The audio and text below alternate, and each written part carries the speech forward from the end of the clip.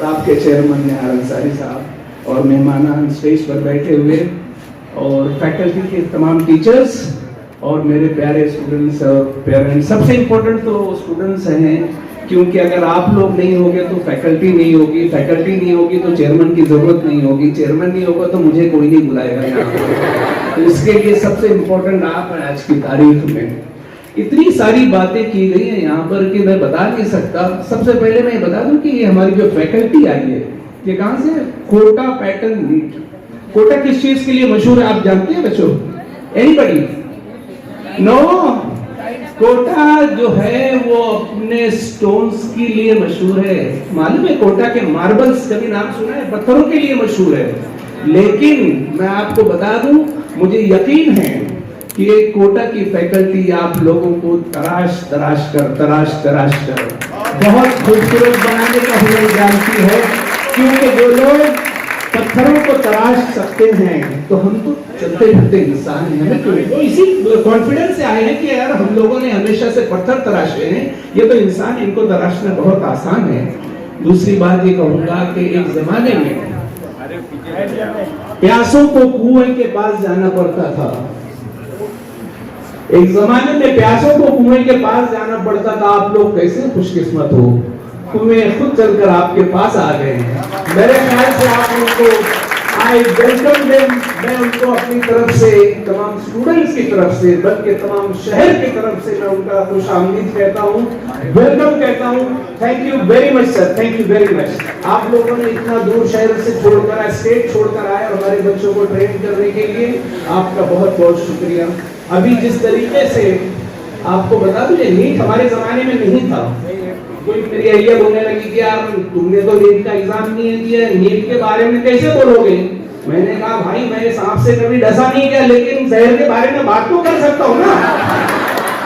तो बोले ठीक है फिर, अगर हमारे जमाने में नीट होता तो आज मैं यहाँ नहीं होता।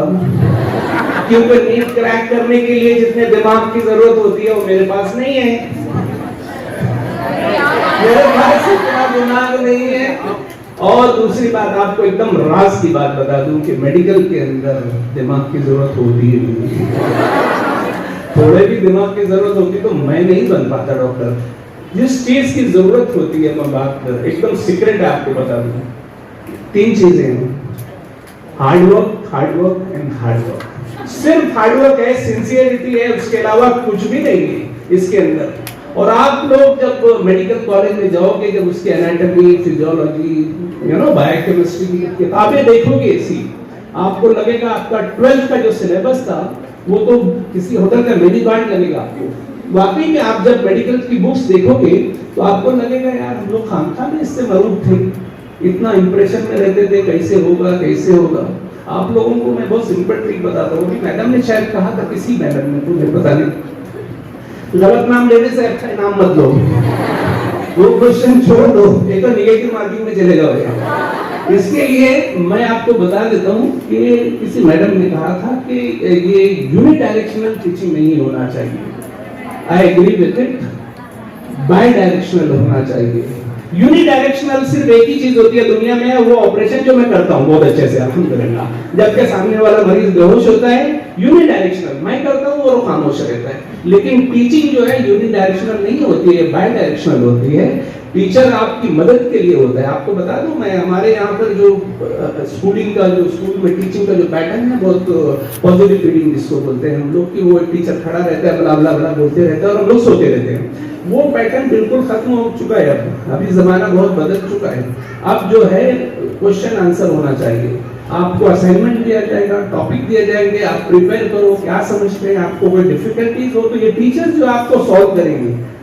एक मेथड होता है, आप एक टॉपिक उठाइए, फॉर एग्जांपल फिजिक्स के टॉपिक्स मुझे ज्यादा पता नहीं, बायोलॉजी में मान लो रेस्पिरेटरी सिस्टम है, रेस्पिरेटरी सिस्टम आपको दिया जाता है, एंडोक्राइनोलॉजी रहती है, जो भी सिस्टम दिया जाता है आप उसको 2 दिन तक पढ़िए, 2 दिन तक पढ़िए और उसके अंदर आपको जो भी क्वेरीज हैं, जो भी डाउट्स हैं, आपको बहुत सिंपल डाउट हो सकते हैं, लेकिन आप उनको पूछना जरूर। आपको लगेगा कि मेरा ये सवाल कहीं बेवकूफी वाला सवाल तो नहीं है, यानी stupid, am I asking a stupid question?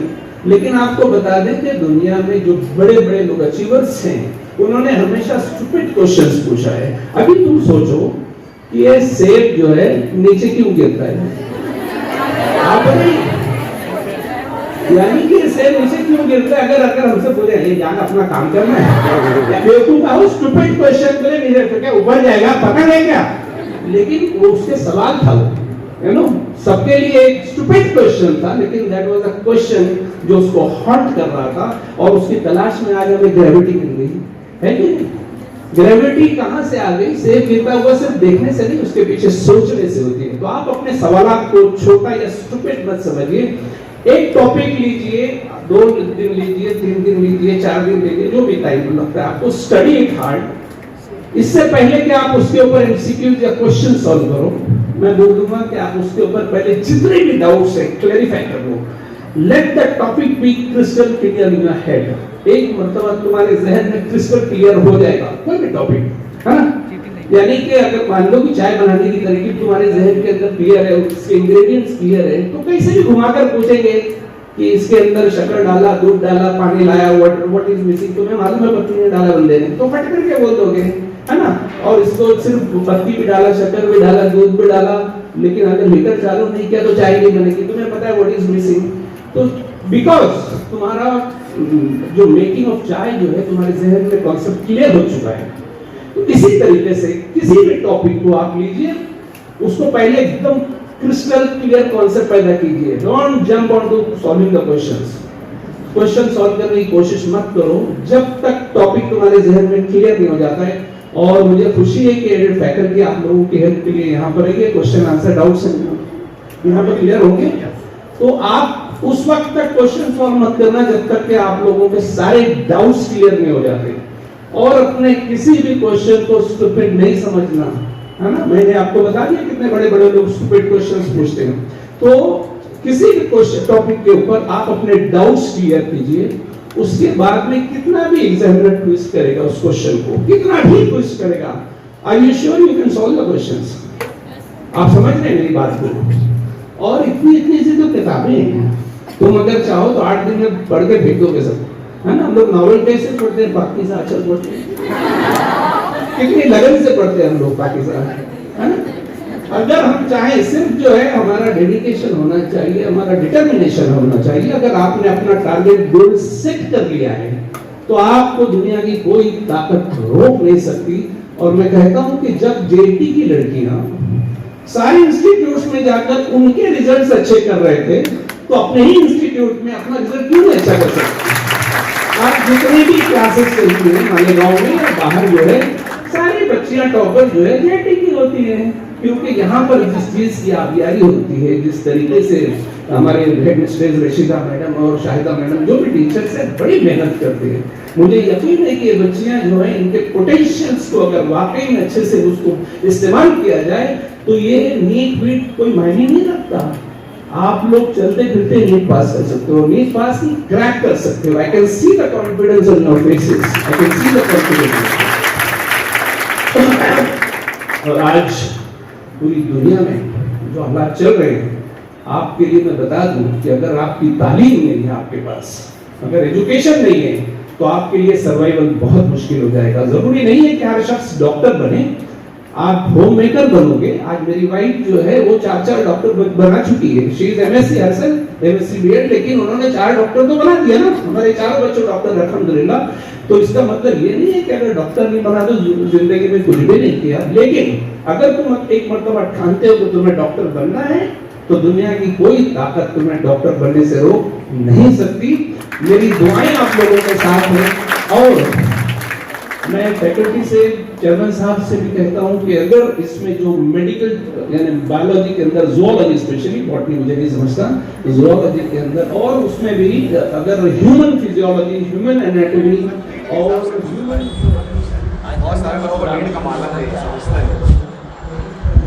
NEET जो है, आप लोगों को पता नहीं है, मेडिकल के लिए जो है नीट एग्ज़ाम क्रैक करना बहुत ज़रूरी है। जैसे कि हम लोग जो है हर एग्ज़ाम के लिए, किसी भी फील्ड में जाने के लिए एक एंट्रेंस एग्ज़ाम होता है। क्योंकि अगर मान लो कि वहाँ पर 50 स्टूडेंट्स हैं और 50 सीट्स है, तो सबको दे दिया जाता है, लेकिन जब वहाँ पर सीटें कम हों और एप्लीकेंट ज़्यादा हों, कैंडिडेट ज़्यादा हों, आज जो है मेडिकल में जाने के लिए लाखों लोग हैं, लाखों नंबर एप्लीकेंट्स होते हैं, तो उनमें कोई ना कोई क्राइटेरिया होना चाहिए वहाँ पर दाखिले के लिए। तो नीट जो है उसी का एंट्रेंस एग्ज़ाम का तैयारी के लिए ये नीट बनाया जाता है।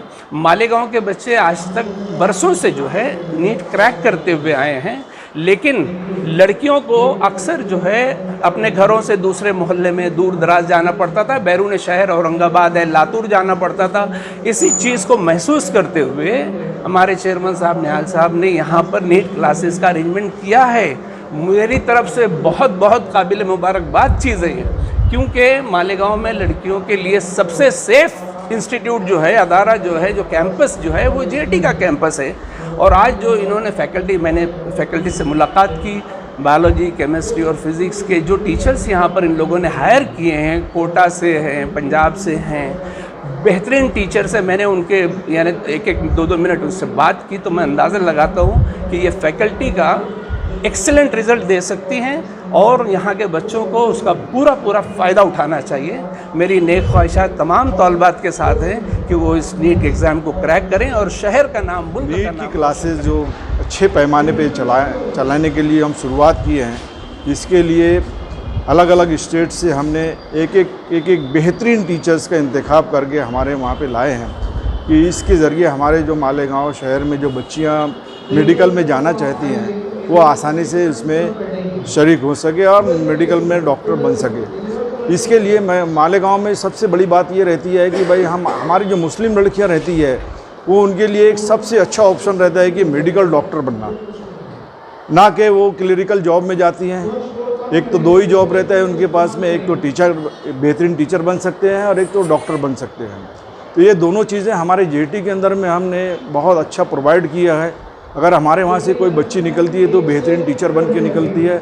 अब दूसरा ऑप्शन हमने जो मेडिकल का चालू किया है, कोटा पैटर्न के ज़रिए हमने जो यहाँ से चालू किया, जो लाया है हमने, यहाँ से अब शहर को एक बेहतरीन डॉक्टर हम प्रोवाइड करेंगे, जो कि हमारे डॉक्टर फारानी साहब हैं शहर में, वो हमारे दोस्त हैं, वो हमारे बहुत सारे हेल्प करेंगे, गाइड्स करेंगे हमारे बच्चों को और शहरियान को एक अच्छे बेहतरीन डॉक्टर। मैं मालेगांव के साथ साथ जो मालेगांव के बाकी के देहात लोग हैं, गांव में रहने वाले लोग हैं, उन सभी को इनवाइट करता हूं। साथ में साथ अभी जो हमारी यहाँ एडमिशन हुए वो जलगांव से एडमिशन हुए, दुलिया से एडमिशन हुए, कन्नड़ से एडमिशन हुए, साथ में साथ साकरी से एडमिशन हुए, सटाना से एडमिशन हुए।